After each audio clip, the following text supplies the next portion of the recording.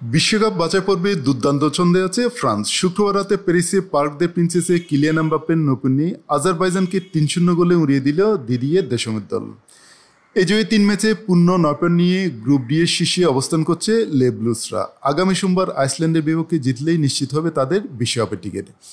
ইনজুরির কারণে ছিলেন না পিএসজি ৩ ফরওয়ার্ড উসমান দেমবেলে, দেজিরে দুইয়ে ও ব্র্যাডলি বারকোলা। তবে দলকে হতাশ হতে দেননি অধিনায়ক এমবাপ্পে। নিষ্প্রভ প্রথমার্ধের শেষ মুহূর্তে দারুণ এক একক প্রচেষ্টায় গোল করে দলকে এগিয়ে নেন এই তারকা ফরওয়ার্ড।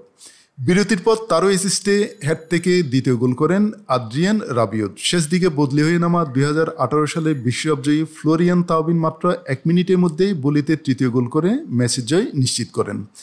ফ্রান্সের হয়ে দারুণ জয় হলেও ম্যাচে উদ্বেগের খবরও ছিল। শেষ দিকে গোড়ালিতে চোট পেয়ে মাঠ ছাড়েন এমবাপ্পে। তবে কোচ দেশম জানিয়েছেন চোটটি তেমন গুরুতর নয়।